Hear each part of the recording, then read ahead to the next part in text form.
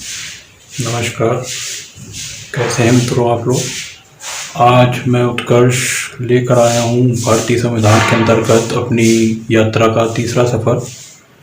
तो पहला और दूसरी कक्षाओं में हमने देखा कि किस तरह से भारतीय संविधान एक दस्तावेज है जो हमारी राज्य व्यवस्था को चलाने में अति महत्वपूर्ण योगदान दे रहा है। उसमें कितने भाग हैं और आज उन्हीं के क्रम में हम अपने अध्यायों को देखेंगे और आगे कुछ अनुसूचियां भी हैं जो इसमें दी गई हैं, उनके बारे में भी हम चर्चा करेंगे। तो चलिए प्रारंभ करते हैं। भाग 19 की यदि हम बात करें तो भाग 19 में हमारा प्रकीर्ण दिया है, मिसलेनियस है। इसमें कई सारी वस्तुओं के बारे में उपबंध वगैरह दिए गए हैं।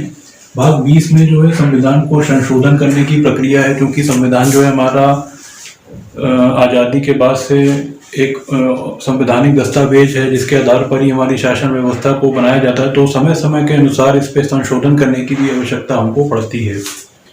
भाग 21 की यदि हम बात करें तो इसमें अस्थायी, संक्रमणकालीन और विशेष उपबंध भी दिए गए हैं। भाग 22 की बात करें तो संक्षिप्त नाम, प्रारंभ, हिंदी में प्राधिकृत पाठ और निरसन के बारे में हमें इससे जानकारी मिलती है। तो कुल मिलाकर जो हमारे संविधान में भाग हैं वो उनकी संख्या है 22। तत्पश्चात अब प्रारंभ करते हैं अनुसूचियों के बारे में। हमारी कुल 12 अनुसूचियां हैं। पहली अनुसूची जो हमें बताती है कि संघ और राज्य क्षेत्र है भारत का, उसमें कौन कौन से होंगे उनकी बारे में सूचियां दी गई हैं। दूसरी जो अनुसूची है वो हमें भाग का, राष्ट्रपति के, राज्यपाल के बारे में उपबंधित करती है। भाग खा फिलहाल अब निरसित हो गया है दोस्तों।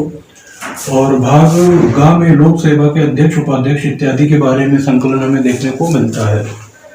भाग अंगा जो है नियंत्रक और महालेखा परीक्षक को परिभाषित करता है। इसके कई सारे प्रावधान इसमें हमें देखने को मिलते हैं। तीसरी अनुसूची में शपथ और प्रतिज्ञान है। और यदि हम शपथ और प्रतिज्ञान की बात करें तो जो भारत के राष्ट्रपति हैं, भारत के जो अन्य प्रधानमंत्री जो बहुत महत्वपूर्ण पद हैं, इनके बारे में उपबंध हमें संविधान के अंदर अनुच्छेदों में ही मिल जाता है शपथ का। लेकिन जो अन्य व्यक्ति हैं जिनके उन सबके शपथ के जो प्रारूप हैं वो हमें तीसरी अनुसूची में मिलते हैं। चौथी अनुसूची में राज्यसभा में स्थानों का आवंटन के बारे में जानकारी मिलती है। पांचवी जो अनुसूची है हमारी, उसमें अनुसूचित क्षेत्रों, जनजातियों और प्रशासनों पर नियंत्रण के बारे में जानकारी मिलती है। छठवीं अनुसूची में असम, मेघालय, त्रिपुरा, मिजोरम जनजातीय क्षेत्रों और प्रशासन के बारे में भी जानकारी हमें देखने को मिलती है। उसके बाद आगे बात करें तो हमारी जो 8वीं अनुसूची है उसमें भाषाएं दी गई हैं। 9वीं अनुसूची जो है विनियमों का विधिमान्यकरण है कि किस तरह से विधियों का विधिमान्यकरण किया जाता है, उसके बारे में बताता है। 10वीं अनुसूची जो है दल परिवर्तन के आधार पर निरंतरता के बारे में वर्णित करती है।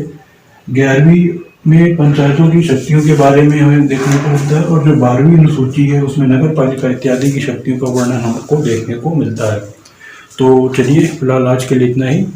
और मास्क वगैरह का पहनने पे विशेष ध्यान दीजिए, क्योंकि कोरोना की लहर सुनने में आ रहा है कि फिर से इससे काफ़ी इलाके प्रभावित हैं। तो स्वस्थ रहें, अपना ध्यान रखें। चलिए बहुत बहुत शुक्रिया, धन्यवाद, जय हिंद।